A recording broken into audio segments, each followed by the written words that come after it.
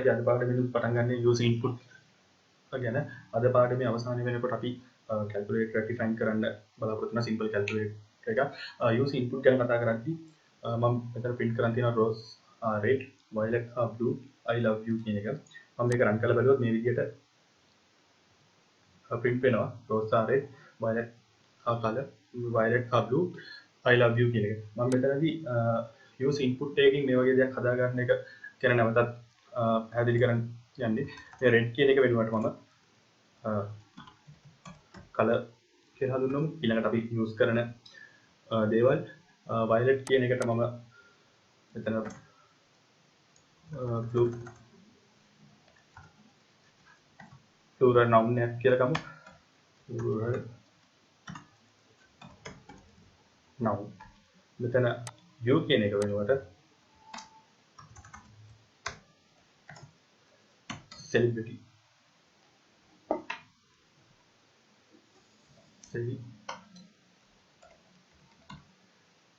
කියන එක අපි හඳුන්වමු. දැන් මම මෙතනදී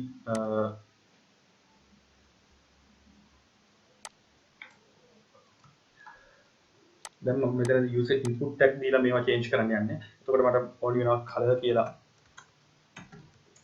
variable එකක්. ඒක input tag විදියට මම ගන්නවා input. මෙතන ඊට මම කියනවා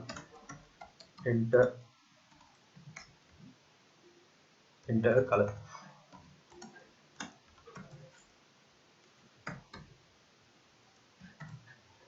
space එකක් තිබ්බා. ඊළඟට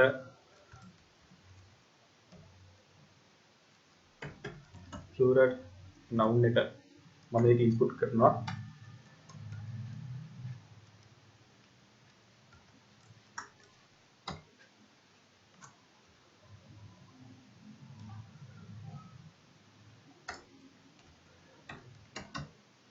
enter plural noun.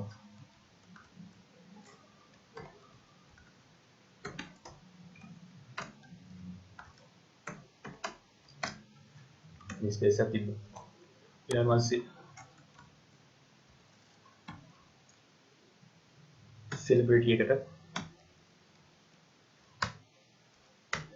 මම input කරනවා.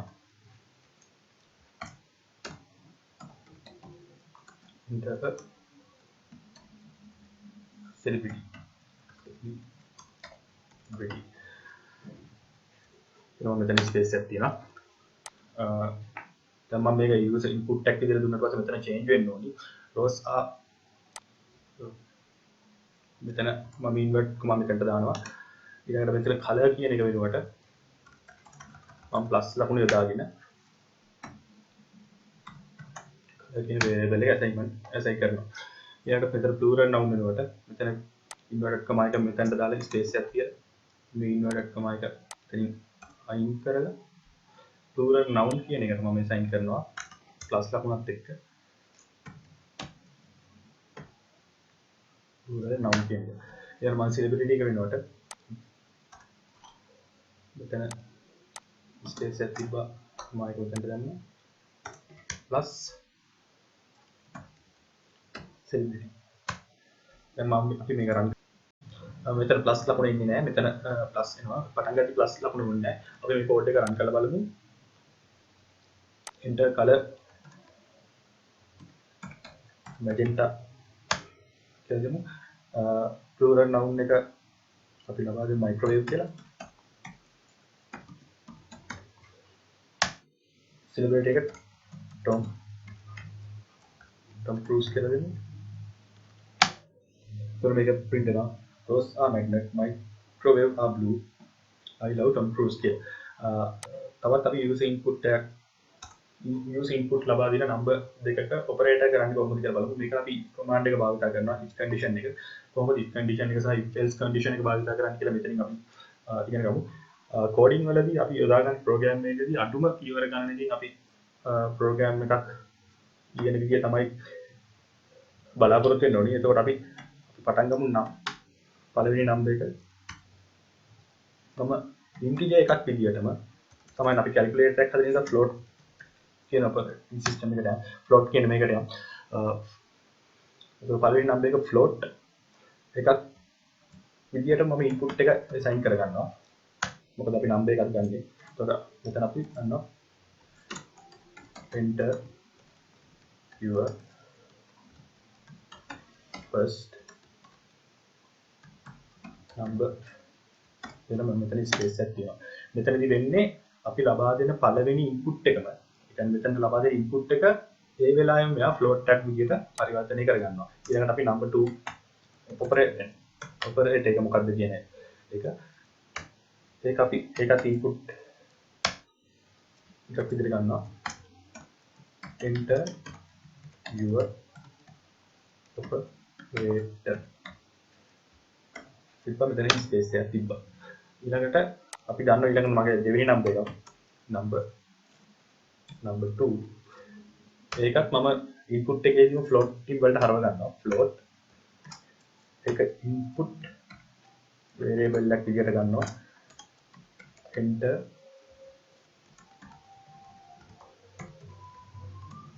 your second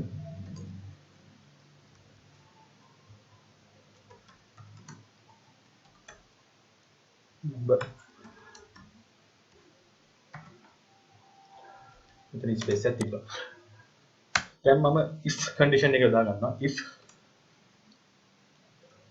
operator එක අපි user input කරන operator එක සර්ව සමයි එකතු කිරීම නම් මෙතන සමාන ලකුණු දෙකක් දාන්නේ හරියටම සමානයි කියන එක අදහස් කරන්න.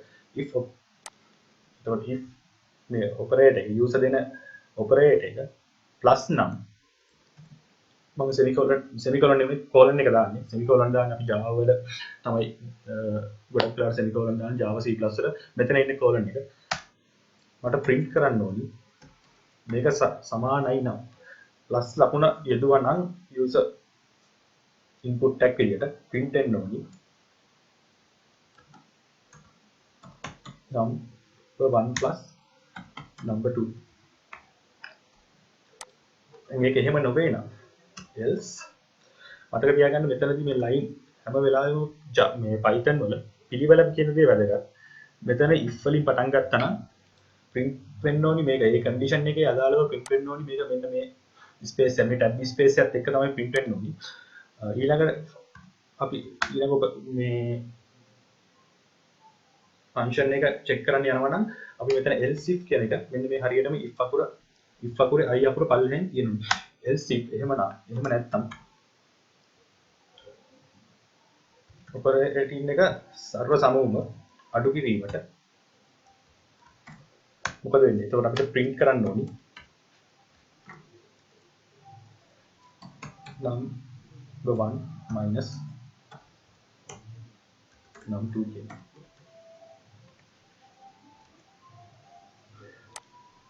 මම මේක copy කරගන්නවා.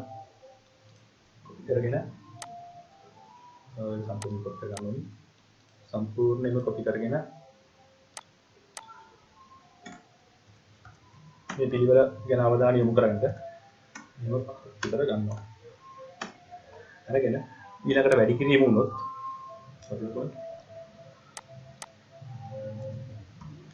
ඊළඟට අපි modules 1 බෙදීම ලකුණට ගියොත් ඊළඟට user module එකක් add කරොත් ඊළඟට user මේ number වල වර්ගය ගන්න කියලා කිව්වොත් ඒක පළවෙනි number එකේ වර්ගය පළවෙනි number එක දෙවෙනි number එකේ වර්ගයෙන් ඒකේ power එකෙන් වැඩි කර මොකද වෙන්නේ කියන එක. ඊළඟට මම තව එකක් ගන්නවා user බෙදීමේ ලකුණු දෙකක් add කරොත් Python වල කොහොමද වෙන්නේ කියන එක. අපි දැන් මේක run කරලා බලමු. මම මේක ඉස්සෙල්ලා මෙතන clear කරගන්නවා. මේක run කරලා බලමු. enter your first number මම දෙනවා 15. operator එක මොකද්ද? මම එකතු කරමු 9යි. අපි floating ගන්න තියෙන 9.8ත් එකතු කරලා බලමු. මෙතන වැරදි. 9.8 වල operating එක විතරයි අතන පළවෙනි පාට දෙන්න ඕනි. ගමු 15. operator 10 plus ඊළඟට enter your second number 9.8 24.8 දෙනවා. මේක නැවතත් ක්ලියර් කරලා අපි බලමු මේ වර්ගය ගන්න පුළුවන්ද කියලා user අපි දෙමු 7 එතකොට user වලින් 7 වර්ගය ගන්න. එතකොට එයා මේක මේ ලකුණ ඇතුළත් කරනවා. දෙක දුන්නොත් මෙතන error එකක් පෙන්නනවා. ඒකට හේතුව තමයි මෙතන වර්ගයේ ලකුණු හඳුන්වන්න මේක ගත්තට මෙතනදී අපි පොඩි modify එකක් කරන්න ඕනේ මෙතනට. මෙතන මෙහෙම දාලා power p o w මේ ෆන්ක්ෂන් එකකින් හඳුන්වන්න ඕනේ මේකේ වර්ගය ගන්න. එතකොට දැන් බලමු මේක අපි රන් කරොත් යම්කිසි 7 දෙවෙනි බලය අපිට වෙන 49 කියලා පෙන්නනවා. එතකොට දැන් අපි බලමු මෙතන Python වලදී බෙදීම ලකුණු දෙකකින් මේ වගේ දෙකකින් මොකක් වගේ දෙයක්ද අපි බලාපොරොත්තු වෙන්නේ Python වල කොහොමද මේක මේ කමාන්ඩ් එක ගන්න කියන එක බලමු. අපි පළවෙනි නම්බර් එක ගමු 89. දැන් මම බෙදීම ලකුණු දෙකක් ඇතුළත් කරනවා. අපි බලමු මේක 3ෙන් බෙදලා 29. ඒ කියන්නේ මෙතනදී වෙන්නේ 89 3ෙන් බෙදනවා. 3ෙන් බෙදලා පූර්ණ සංඛ්‍යාව ආසන්න පූර්ණ සංඛ්‍යාවට මේක වටෙනවා 29.0. එතකොට මේක ඉන්ටිජර් එකක් විදියට එන්නේ නැතුව 29.0 විදියට ආවේ. අපි මෙතන ගත්ත ෆ්ලෝට් එකක් විදියට. මේ ෆ්ලෝට් එක ගත්තින්ද තමයි 29.0 කියලා පෙන්නන්නේ. මේක මතක තියාගන්න Python වල එක්සෑම් වලදී මේක ගොඩක් අහනවා. බෙදීම ලකුණු දෙකකින් මොකක්ද කරන්නේ. ඊළඟට අපි දැන් මේක මිනි කැල්කියුලේටර් එකක් හැදුවා. අපි තවත් ප්‍රොජෙක්ට් එකක් කරලා බලමු. අපි කොහොමද ස්ටුඩන්ට් කෙනෙකුගේ ලකුණු දුන්නම එයා පාස්ද ෆේල්ද එයාගේ ග්‍රේඩ් එක කොහොමද කියලා හොයන්නේ. ඒකත් අපි භාවිතා කරන්නේ if condition එක. එතකොට අපි marks කියන variable එකක් හදනවා. marks කියන variable එක සමාන වෙනවා. මම මෙතන අපි සාමාන්‍යයෙන් ලකුණු දාද්දි දශම ස්ථාන ගන්න නැති හින්දා අපි මේක කෙලිම int එකක් විදියට ගමු. marks int input tag විදියටම assign කරන්න. එතකොට මෙතන enter your marks. මම මෙතන ස්පේස් එකක් තියනවා. හරි දැන් මෙතනදී වෙන්නේ ඉන්ටිජර් එකක් බවට පත් කරනවා අපි ලබා දෙන මාස්ක් එක. මාස් ඒ ලකුණ ඉන්ටිජර් එකක් බවට පත් කරලා තමයි ගන්න. ඒතකොට මම මෙතනම ලියා ගන්නවා if condition එක ඇතුලේ if marks ඒක විශාලයි බිඳුවට වඩා නම් and මෙතන අපි and operator use කරන operator use කරන්න වෙනවා මේකදී අපි ඒවා පස්සේ කතා කරමු boolean video එකකදී.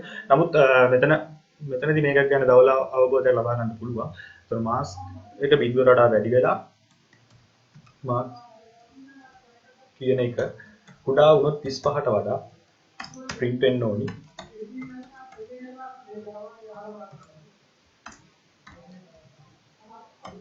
you are failed.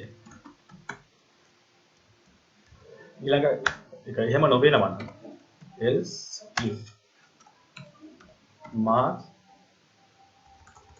else if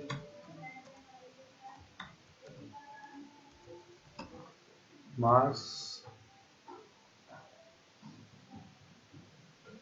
එක විශාල වෙලා විශාලයි හෝ සමානයි 35ට වඩා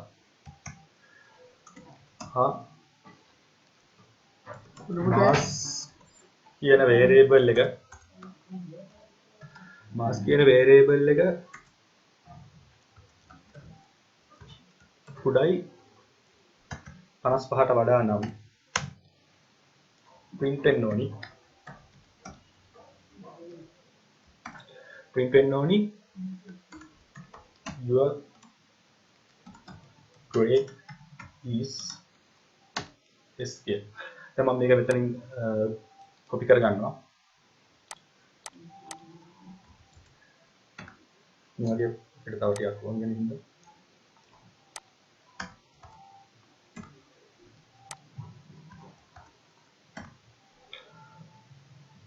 මෙතන 35 වෙනකොට මෙතන 55 නම් සමාන මෙතන 65ට වඩා කුඩායි නම් අපේ grade එක C වෙන්න ඕනේ. මෙතන විශාලයි හෝ සමානයි 65ට නම් මෙතන 75යි නම් ඒ grade එක වෙන්න ඕනේ B. 75යි 100 අතර නම්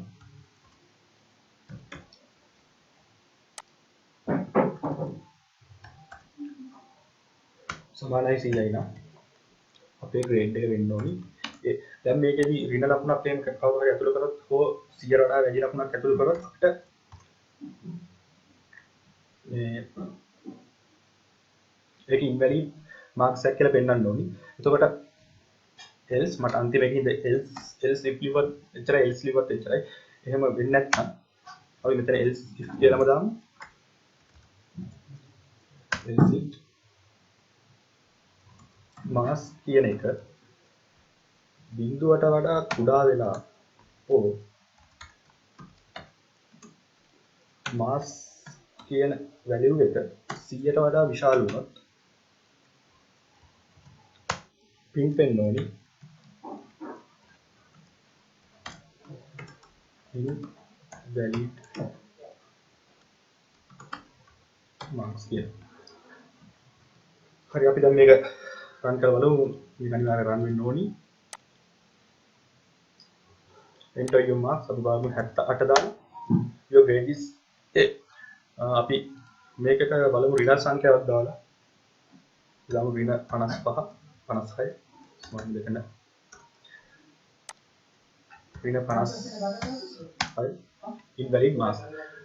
ඉතින් අදට කතා කරේ කොහොමද using input ටැබ් දීලා mini calculator එකක් හදන්නේ වගේම මේ වගේ program එකක් හදන්නේ කොහොමද කියලා තවත් දවසක තවත් පාඩමකින් හමු වෙමු.